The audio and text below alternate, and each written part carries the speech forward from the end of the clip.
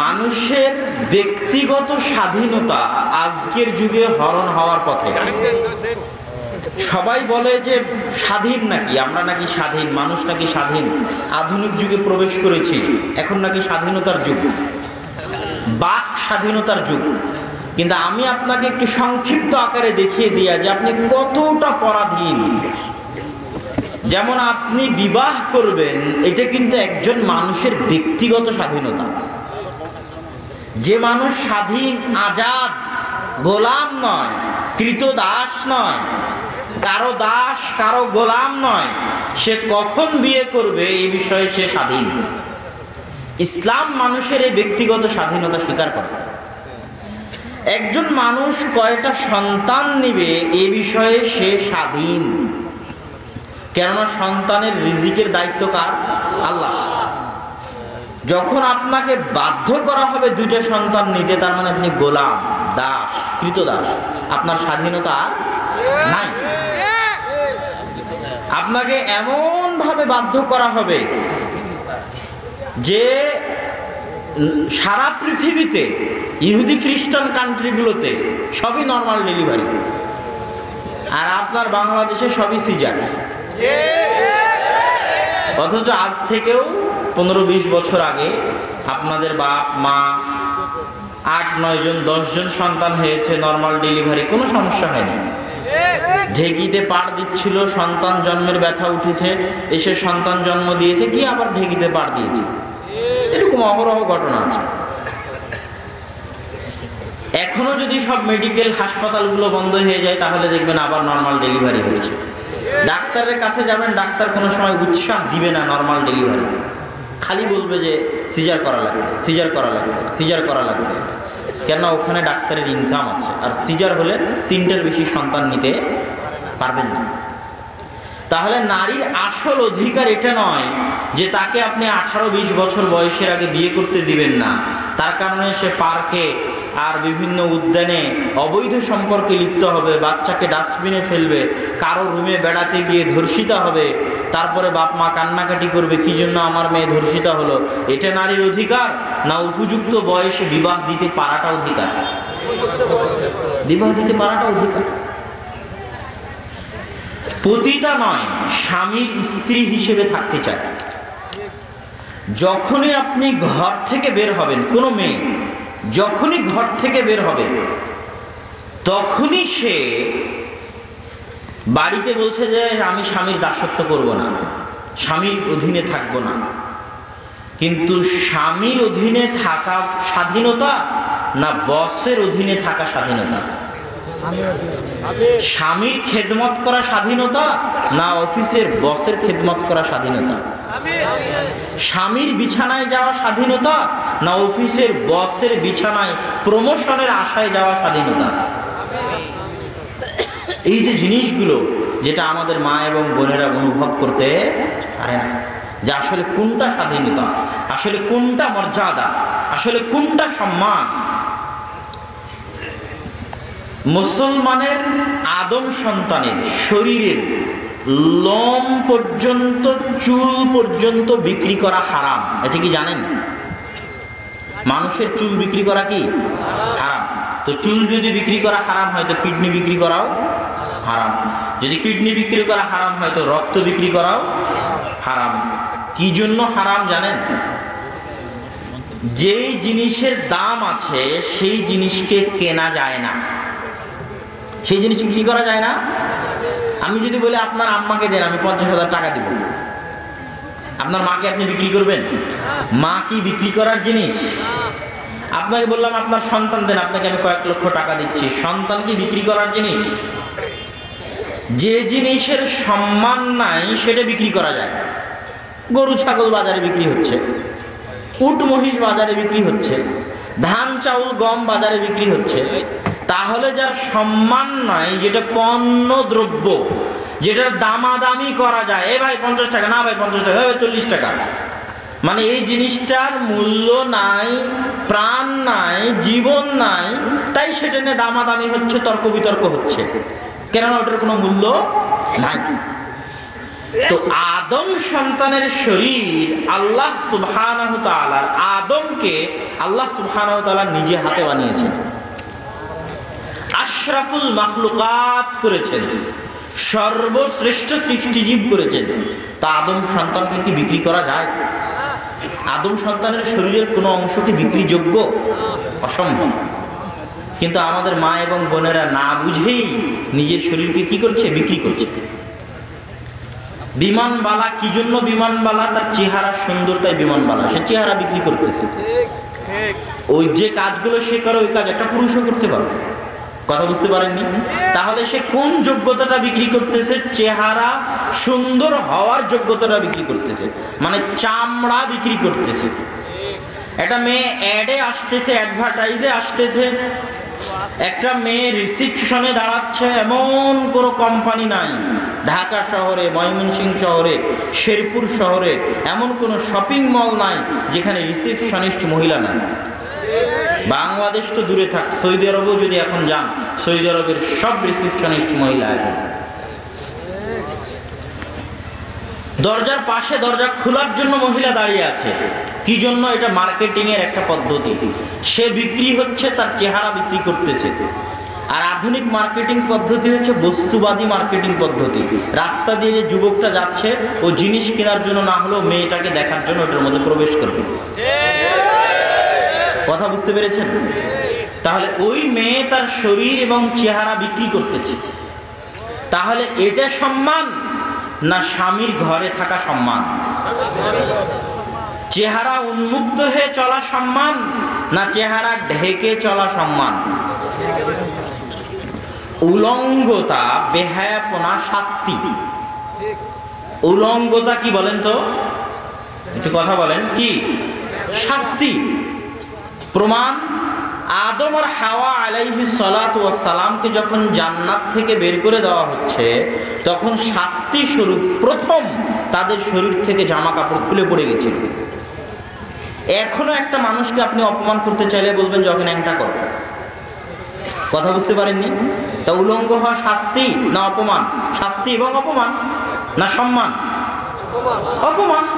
আজকের সমাজেও একজন পুরুষের ক্ষেত্রে উলঙ্গ হওয়া, নগ্ন হওয়া শাস্তি এবং অপমান। তাহলে পর্দার সাথে থাকা হচ্ছে সম্মান। উঁচু বংশের মেয়ে, সম্ভ্রান্ত বংশের মেয়ে পর্দার সাথে থাকবে। ইসলামে যারা দাসী, তাদের চেহারা ঢাকার বিধান নাই। তো কোন দাসী যখন চেহারা ঢেকে বের হতো, তখন ওমর রাদিয়াল্লাহু তাআলা আনহু চেহারা খুলে চলতে বলতেন দাসীদেরকে। কেননা চেহারা ঢাকা হচ্ছে, পর্দা করা হচ্ছে। কেউ যদি চেহারা ঢেকে পর্দা করে যায়, তাহলে বুঝতে হবে উঁচু বংশের, স্বাধীন বংশের, সম্ভ্রান্ত বংশের সম্মানিতা, রানীর মতো সম্মানিতা একটা নারী যাচ্ছে। আর চেহারা খুলে যাচ্ছে মানে ৩ নম্বর শ্রেণীর বেন্যের সন্তান, অসভ্যর সন্তান, নিম্ন শ্রেণীর বংশের, যার সম্মান নাই, মর্যাদা নাই, যে নিজেকে দাসী হিসেবে প্রমাণ করতে চায়, যে নিজের চেহারা বিক্রি করতে চায়, বাজারে বিক্রি হতে চায়, সে অসভ্য ৩ নম্বর শ্রেণীর বেন্যের সন্তান হেঁটে যাচ্ছে পর্দাবিহীন ভাবে। এটা বুঝতে হবে, এটা অনুভব করতে পারলে শিখতে পারবে। রাসূল সাল্লাল্লাহু আলাইহি ওয়াসাল্লাম যে বললেন, লা ইয়াদখুলুল জান্নাতা আদ-দায়ুস, দায়ুস জান্নাতে যাবে না। দায়ুস মানে কি? দায়ুস শব্দটা এসেছে দিয়াসা, চর্বি। দিয়াসা আছে শুকুরের গোশতে, দায়ুস হচ্ছে শুকুর। দায়ুস কে বলেন তো? শুকুর। আল্লাহ রাসূল বললেন, লা ইয়াদখুলুল জান্নাতা আদ-দায়ুস, মানে শুকুর জান্নাতে যাবে না। তো শুকুরের কি জান্নাত জাহান্নাম আছে? শুকুর যে আরেক শুকুরের পিছনে যে গুলে গেছে ওটা কিন্তু চেটে খায়। এই শুকুর এত নির্লজ্জ প্রাণী, অন্য প্রাণী এত নির্লজ্জ নয়। উট এত নির্লজ্জ নয়, উট এত বেহায়া নয়, উটের আত্মমর্যাদা আছে। তো শুকুর জান্নাতে যাবে না, মানে যাদের চরিত্র, যাদের রক্ত শূকরের রক্তে পরিণত হয়ে গেছে, যাদের চরিত্র শূকরের মতো বেহায়া নির্লজ্জ হয়ে গেছে, তারা জান্নাতে যাবে না। তারা কারা? যাদের আত্মমর্যাদা, আত্মসম্মান নাই, যাদের মেয়ে, যাদের স্ত্রী বেপরদায় চললে তাদের শরীরে লাগে না, আঁতে ঘা আসে না, রক্ত কাজ করে না, তাদের রক্ত কিসের রক্ত? শূকরের রক্ত। এই জন্য তারা জান্নাতে যাবে না।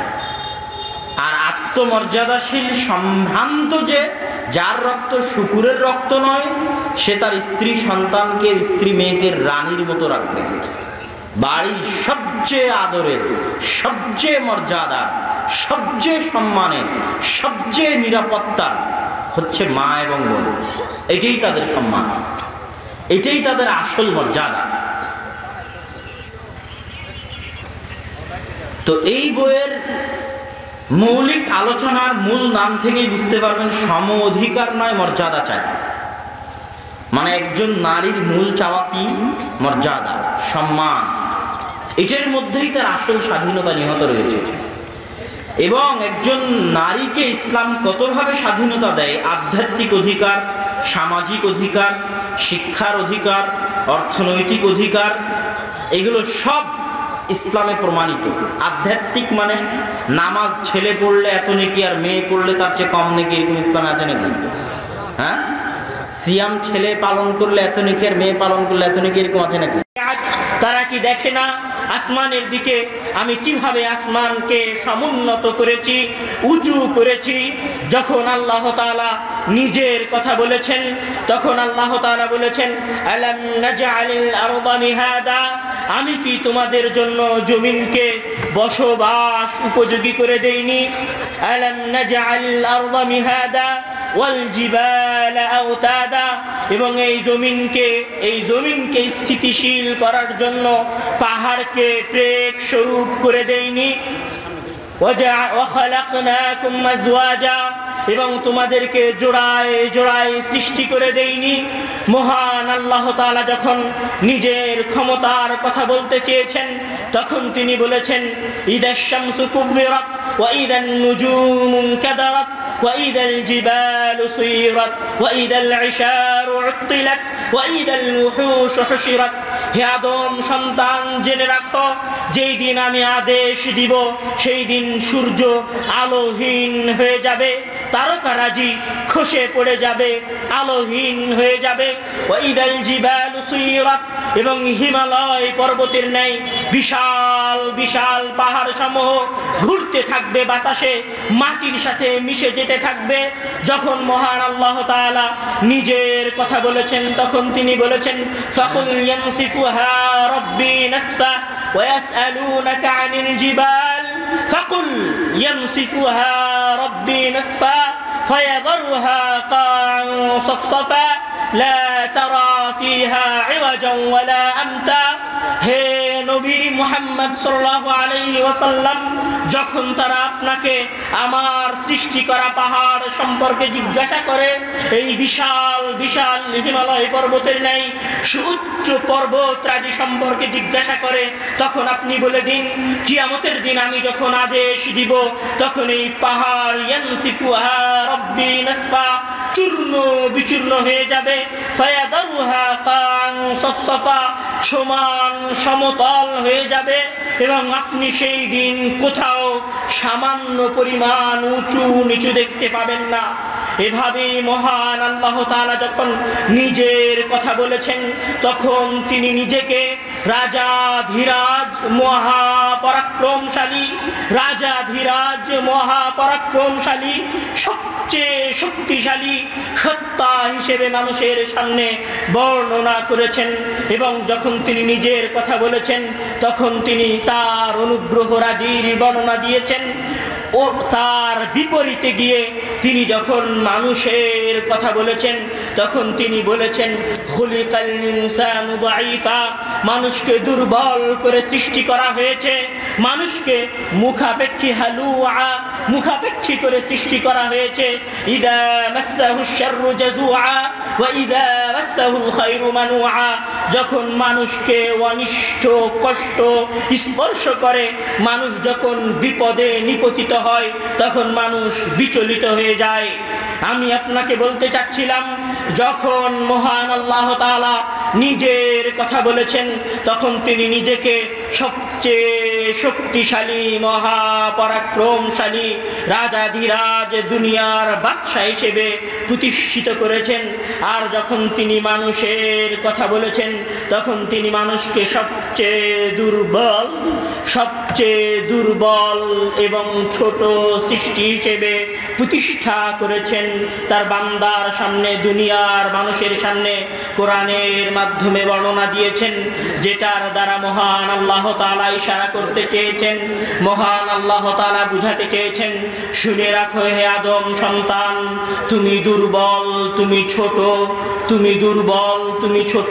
তোমাকে আমি নুতফা থেকে, নিকৃষ্ট অপবিত্র পানি থেকে সৃষ্টি করেছি। তুমি দুর্বল, তোমার এই পৃথিবীতে কোনো কিছুই নেই।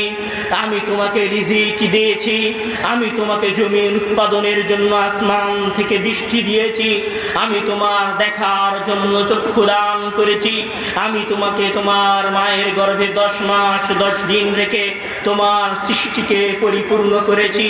তুমি আমার ইশারায় জন্মগ্রহণ করেছো, আমার ইশারায় তোমার মৃত্যু হবে। এই কথা বলে মহান আল্লাহ তাআলা মানুষকে বলতে চেয়েছেন, হে মানুষ, তুমি দুর্বল, আমি শক্তিশালী। যখনই তোমার প্রয়োজন হবে, তখনই তোমাকে আমার কাছে চাইতে হবে।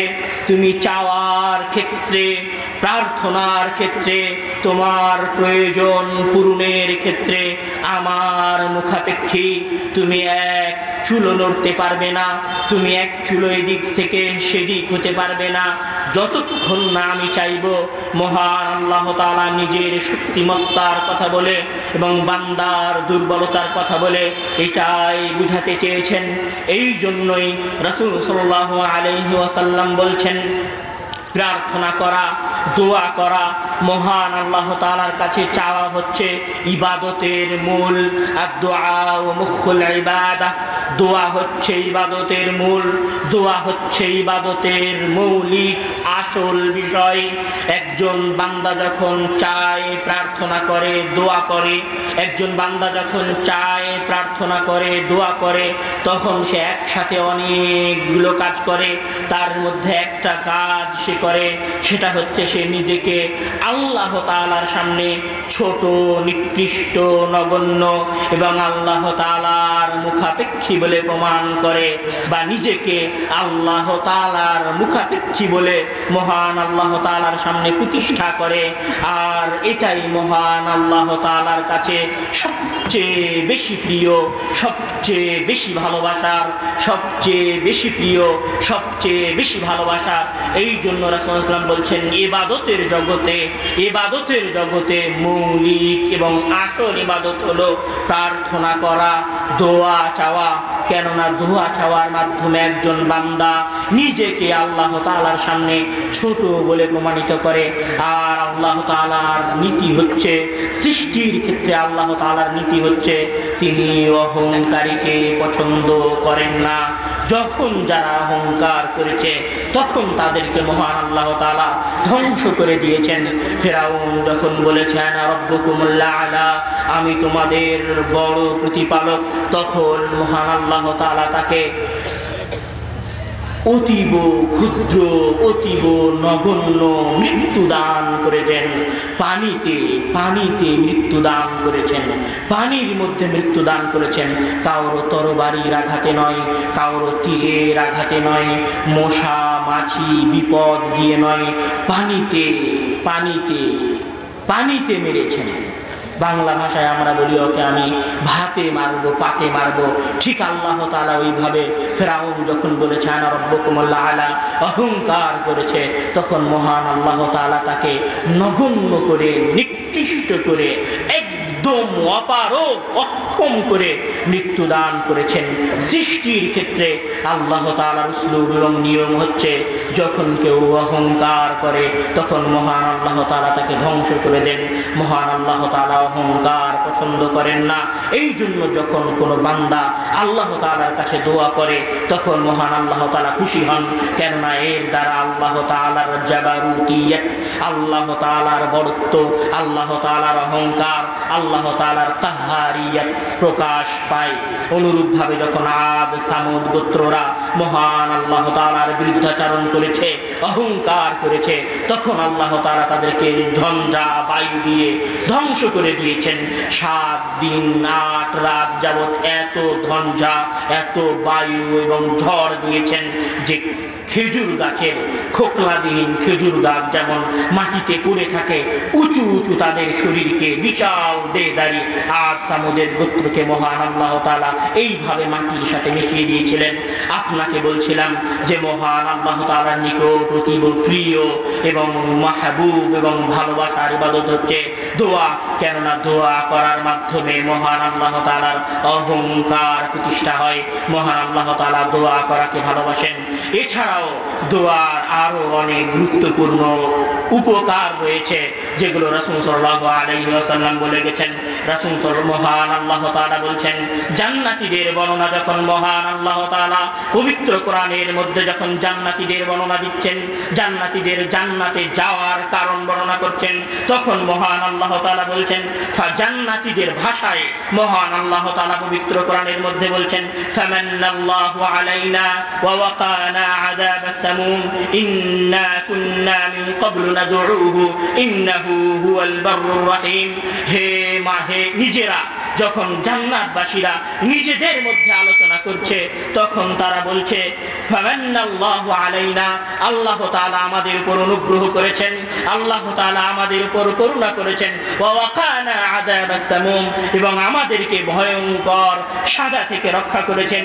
ইন্না কুন্না মিন ক্বাবলু নাদউহু, কেননা এর পূর্বে ইতিপূর্বে আমরা যখন জমিনে ছিলাম তখন আমরা মহান আল্লাহ তাআলার কাছে দোয়া করতাম, মহান আল্লাহ তাআলার কাছে চাইতাম। আমরা দুনিয়ায় চাওয়ার বিনিময়ে মহান আল্লাহ তাআলার সামনে নিজের আজেজি, নিজের ইনকিসারি, নিজের দুর্বলতা, নিজের অক্ষমতা, নিজের অপারগতা প্রকাশ করে যখন মহান আল্লাহ তাআলার কাছে আমাদের প্রয়োজন চেয়েছি, মহান আল্লাহ তাআলার কাছে যখন আমাদের প্রয়োজনীয় বিষয় কামনা করেছি, তখন মহান আল্লাহ তাআলা আমাদেরকে সেটা দিয়েছেন। আর সেই চাওয়ার মাধ্যমে আজকে আমরা জান্নাতে এসেছি। দোয়া করলে জান্নাতে যাওয়া যায়, দোয়া করলে জান্নাতে যাওয়া যায়, দোয়া করলে আল্লাহ তাআলাকে খুশি করা যায়। রাসূল সাল্লাল্লাহু আলাইহি ওয়াসাল্লামের হাদিস عن ابن عمر رضي الله تعالى عنه قال قال رسول الله صلى الله عليه وسلم من فتح له منكم باب الدعاء من فتح له منكم باب الدعاء فتحت له أبواب الرحمة। তোমাদের মধ্যে যাদের জন্য দোয়ার দরজা খুলে দেওয়া হয়েছে, তোমাদের মধ্যে যাদেরকে মহান আল্লাহ তাআলা দোয়া করার সক্ষমতা দান করেছেন, তোমাদের মধ্যে যাদেরকে আল্লাহ তাআলা শেষ রাতে উঠে তার দরবারে প্রার্থনা করার তৌফিক দান করেছেন, তার দরবারে তার কাছে কিছু চাওয়ার তৌফিক দান করেছেন, জেনে রাখো তোমাদের মধ্যে যে ব্যক্তি শেষ রাতে উঠে মহান আল্লাহ তাআলার কাছে কিছু চাইতে পেরেছে, জেনে রাখো মহান আল্লাহ তাআলা তার জন্য রহমতের দরজা খুলে দিয়েছেন। রাসূল সাল্লাল্লাহু আলাইহি ওয়াসাল্লামের এই হাদিস থেকে বোঝা যায় যে ব্যক্তি মহান আল্লাহ তাআলার কাছে রাতে উঠে দোয়া করতে পারে, মহান আল্লাহ তাআলার কাছে রাতে উঠে চাইতে পারে, মহান আল্লাহ তাআলা তার উপর করুণা করেছেন, অনুগ্রহ করেছেন। মহান আল্লাহ তাআলার কাছে চাইতে পারা মহান আল্লাহ তাআলার করুণার প্রমাণ। জেনে রাখুন আপনাদের মধ্যে যে ব্যক্তি বা রাতে উঠে শেষ রাতে উঠে মহান আল্লাহ তাআলার কাছে দোয়া করতে পারে, চাইতে পারে, সে মহান আল্লাহ তাআলার ভালোবাসার ব্যক্তি, মহান আল্লাহ তাআলার করুণা প্রাপ্ত ব্যক্তি, মহান আল্লাহ তাআলার রহমত প্রাপ্ত ব্যক্তি। নিজেকে জিজ্ঞাসা করুন, আপনি শেষ রাতে উঠে মহান আল্লাহ তাআলার কাছে কতদিন দোয়া করতে পেরেছেন? 5 ওয়াক্ত সালাতের শেষে মহান আল্লাহ তাআলার কাছে কতদিন চাইতে পেরেছেন? যদি চাওয়ার ভাগ্য না হয়ে থাকে তাহলে মহান আল্লাহ তাআলা আপনাকে তার রহমত থেকে বঞ্চিত করেছেন, এটাই সুনিশ্চিত এবং চূড়ান্ত। আমি বলছিলাম দোয়ার উপকারিতা রয়েছে। দোয়া করলে মহান আল্লাহ তাআলার কাছে কিছু চাইলে, মহান আল্লাহ তাআলার কাছে কিছু প্রার্থনা করলে সেটা পাওয়া যায়। মহান আল্লাহ তাআলা পবিত্র কোরআনের মধ্যে আইয়ুব আলাইহিস সালামের ঘটনা বর্ণনা দিয়েছেন। যেখানে তিনি বলছেন আউযু বিল্লাহি মিনাশ শাইতানির রাজীম ওয়া আইয়ুবা ইয নাদা রাব্বাহু আন্নী মাসসানিয়াদ দুররু ওয়া আনতা আরহামুর রাহিমিন। হে পৃথিবীর প্রতিপালক, হে আমার প্রতিপালক, ওয়া আইয়ুবা, আর যখন আইয়ুব বলল ইয নাদা রাব্বাহু, ইয নাদা রাব্বাহু, যখন আইয়ুব তার প্রতিপালককে, তার প্রতিপালনকারীকে, তার রিজিক দাতাকে, তাকে সক্ষমতা দানকারীকে যখন বলল, আহ্বান করলো রাতের আধারে, হে আল্লাহ, হে আমার প্রতিপালক, আন্নী মাসসানিয়াদ দুররু, আমি বিপদে পড়েছি, আমি কষ্টে নিপতিত হয়েছি, আমি বিপদে পড়েছি, আমি বড় বিপদে আছি, আমি বড় কষ্টে আছি। আনতা আরহামুর রাহিমিন, আপনি সবচেয়ে দয়াবান, আপনি সবচেয়ে করুণাবান। আনতা আরহামুর রাহিমিন, আমি বিপদে পড়েছি, আপনি বড় দয়াবান, আপনি বড় করুণাবান। আইয়ুব আলাইহিস সালাম যখন এই কথা বলছেন তখন মহান আল্লাহ তাআলা বলছেন ফাস্তাজাবনা লাহু ফাকাশাফনা মা বিহি মিন দুররিন। যখন আইয়ুব আমার কাছে চাইলো, যখন আইয়ুব আমাকে উদ্দেশ্য করে বলল আমি বিপদে পড়েছি, আপনি বড় করুণাবান, আপনি বড় দয়াবান, আপনি বড় করুণাবান, আপনি বড় দয়াবান, আপনি বড় ক্ষমতাবান, আনতা আরহামুর রাহিমিন, আপনি বড় দয়াবান, আপনি বড় করুণাবান, আমার প্রতি আজকে করুণা করার মতো কেউ নেই, আমাকে এই বিপদ থেকে উদ্ধার করার মতো কেউ নেই। আমি আপনার কাছে আমার বিপদ থেকে আশ্রয় প্রার্থনা করছি, আমি আপনার কাছে আমার এই কষ্ট থেকে আশ্রয় চাচ্ছি। তখন মহান আল্লাহ তাআলা বলছেন ফাস্তাজাবনা লাহু, আমরা তার দোয়াকে কবুল করলাম।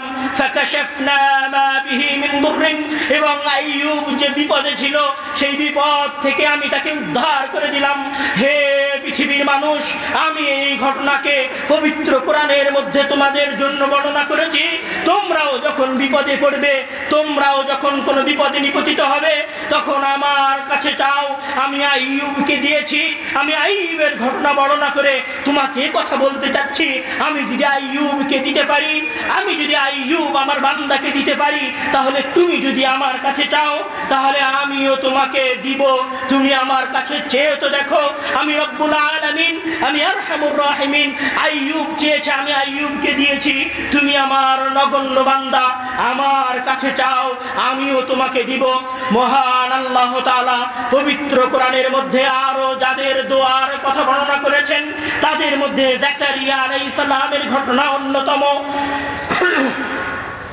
যেখানে মহান আল্লাহ তাআলা যাকারিয়া আলাইহিস সালামের ঘটনা বর্ণনা করতে গিয়ে বলছেন আউযু বিল্লাহি মিনাশ শাইতানির রাজীম যিকরু রাহমাতি রাব্বিকা আবদাহু যাকারিয়া ইয নাদা রাব্বাহু নিদাআন খাফিয়া قال رب إني وهن العظم مني واشتعل الرأس شيبا ولم أك بدعاء رب شقيا। মহান আল্লাহ তাআলা যাকারিয়া আলাইহিস সালামের ঘটনা বর্ণনা করছেন। আমার বান্দা যাকারিয়া যখন রাতের আধারে চুপিসারে আমার কাছে চাইল এবং বলল রব্বি ইন্নী ওয়াহানাল আযমু মিন্নি, হে আল্লাহ, আমি বয়োবৃদ্ধ হয়ে গেছি, আমার বয়স 90 হয়ে গেছে, 100 হয়ে গেছে, আমি বয়োবৃদ্ধ হয়ে গেছি, যৌবনহীন হয়ে গেছি। ওয়াহানাল আযমু মিন্নি, আমি দুর্বল হয়ে গেছি।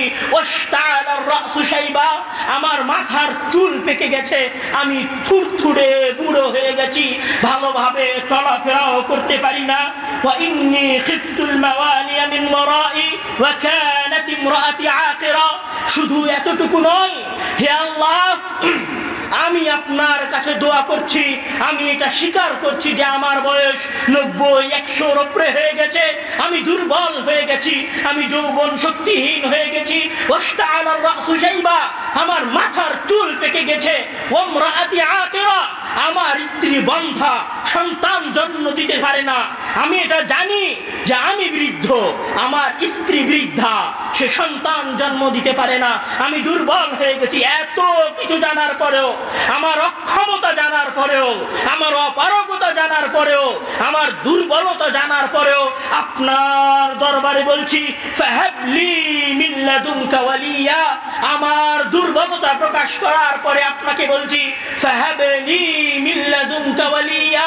আপনি আপনার পক্ষ থেকে আমাকে একজন সন্তান দান করুন।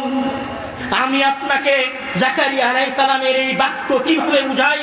আপনি বলছেন যে আমি অক্ষম, আমার এটা নাই, কিভাবে হবে, কিভাবে সম্ভব, কিভাবে করব? টাকা নাই, আমার কাছে পয়সা নাই, আমি কিভাবে ব্যবসা করব, আমি কিভাবে বাণিজ্য করব, আমার এত এত সমস্যা, কিভাবে পড়াশোনা করব? আমি আপনাকে জাকারিয়া আলাইহিস সালামের ঘটনা বলে বলতে চাচ্ছি। জাকারিয়া আলাইহিস সালাম বলছেন, হে আল্লাহ, আমি বৃদ্ধ হয়ে গেছি, আমি অক্ষম হয়ে গেছি, আমি দুর্বল হয়ে গেছি, আমি অপারগ হয়ে গেছি, আমি বুড়ে থুরথুরে হয়ে গেছি, আমার পক্ষে সন্তান জন্ম দেওয়া সম্ভব নয়।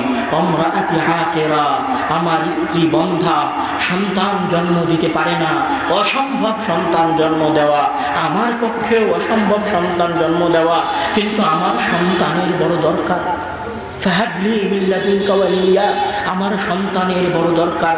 আপনি আল্লাহকে বলুন, হে আল্লাহ, আমার কাছে টাকা নেই, আমার কাছে অর্থ সম্পদ নেই, কিন্তু আমার ব্যবসা বাণিজ্য বড় দরকার, আমার এক সন্ধ্যার খাওয়ার বড় দরকার, আমার এক সন্ধ্যা আমার সন্তানের মুখে অন্ন তুলে দেওয়া বড় দরকার, আমার পরীক্ষার ফিস দেওয়া বড় দরকার।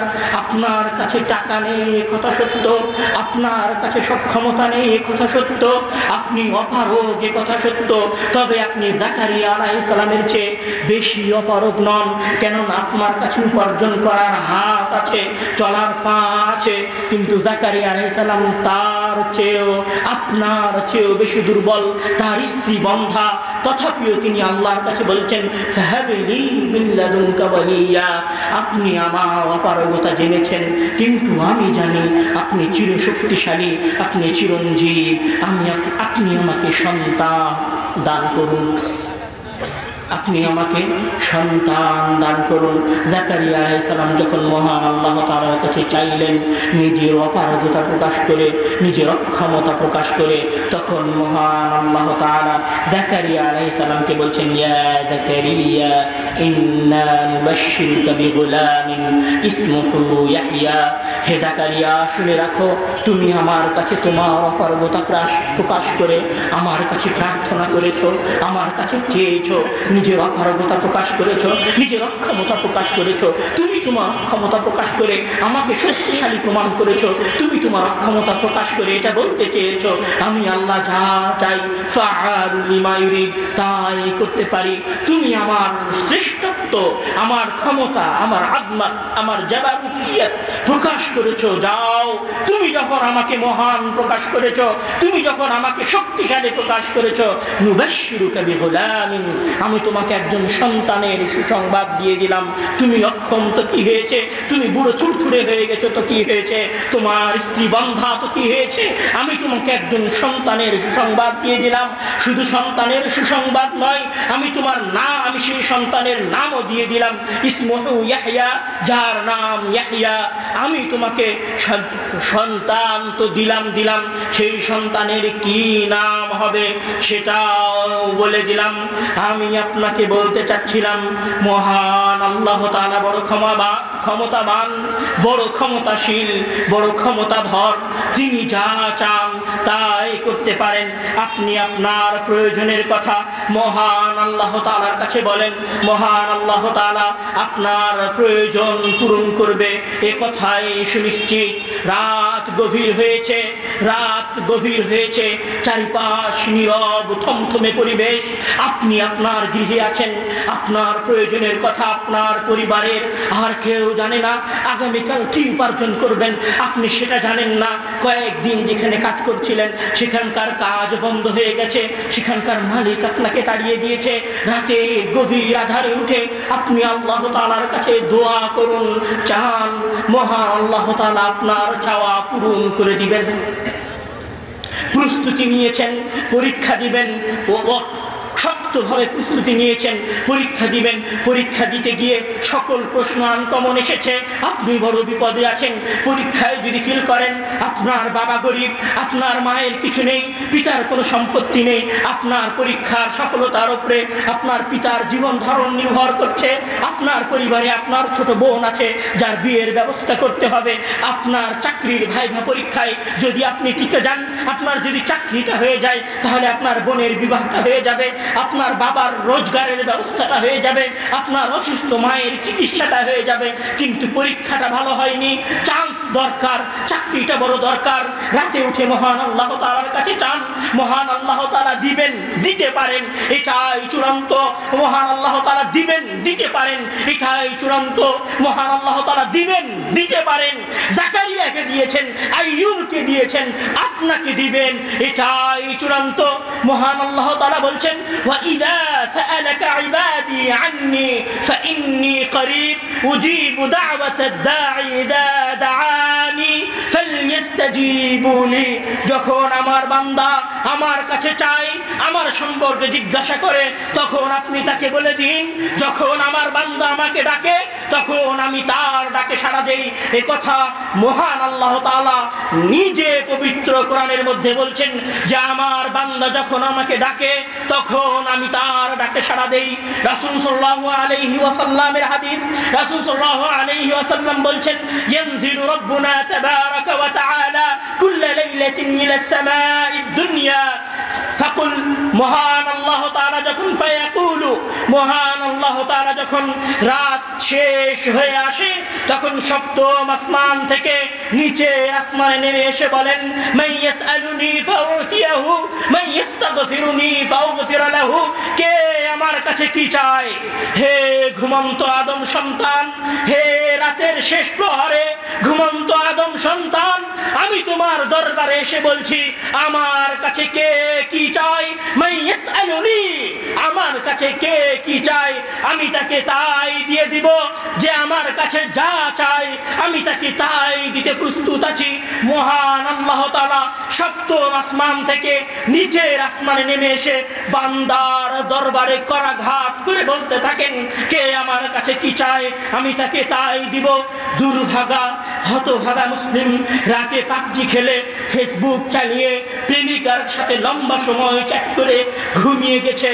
আর পৃথিবীর সবচেয়ে ক্ষমতাবান রাজাধিরাজ সত্তা সপ্তম আসমান থেকে নিচের আসমানে নেমে এসে বলছে, মাইয়াসআলুনি ফাউতিয়াহু, কে আমার কাছে কি চায় আমি তাকে তাই দিব। আমি আপনাকে কি করে বুঝাই মহান আল্লাহ তাআলার এই কথার মহত্ব? আমি আপনাকে কি করে বুঝাই মহান আল্লাহ তাআলার এই বাণীর মহত্ব? আমি আপনাকে কি করে বুঝাই মহান আল্লাহ তাআলা কত ক্ষমতাবান? কিন্তু আপনাকে কিছু দেওয়ার জন্য তিনি সপ্তম আসমান থেকে নিচে নেমে চলে এসেছেন।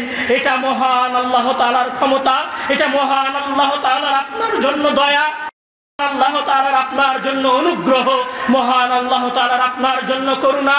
আপনি মহান আল্লাহ তাআলার কাছে চান, চাইতে শিখুন, চাইলে আপনার দোয়া কবুল হবে, আপনার চাওয়া পূরণ হবে। এ কথা মহান আল্লাহ তাআলা বলেছেন, এ কথা রাসূল সাল্লাল্লাহু আলাইহি ওয়াসাল্লাম বলেছেন। চাওয়া শিখুন। আবু যার গিফারী রাদিয়াল্লাহু তাআলা আনহুর হাদিস, তিনি বলছেন, يا عبادي إني حرمت الظلم على نفسي وجعلته بينكم محرما فلا تظالموا يا عبادي كلكم ضال إلا من هديته فاستهدوني।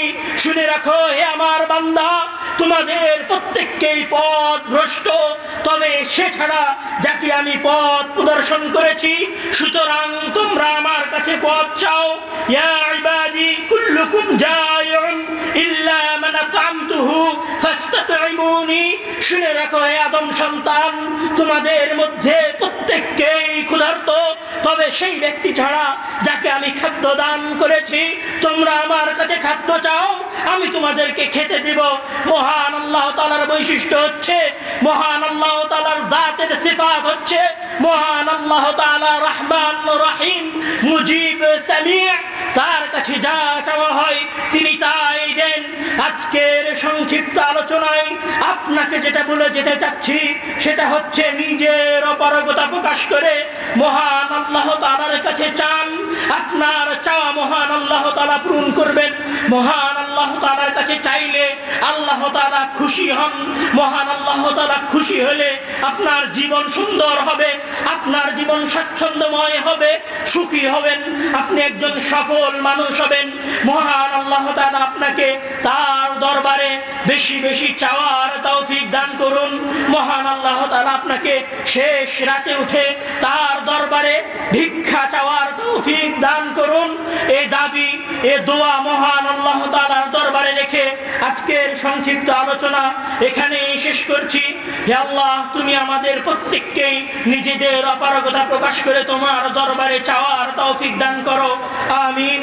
ওয়া আখিরু দাওয়ানা আলহামদুলিল্লাহি রাব্বিল আলামিন। আসসালামু আলাইকুম ওয়া রাহমাতুল্লাহি ওয়া বারাকাতুহু।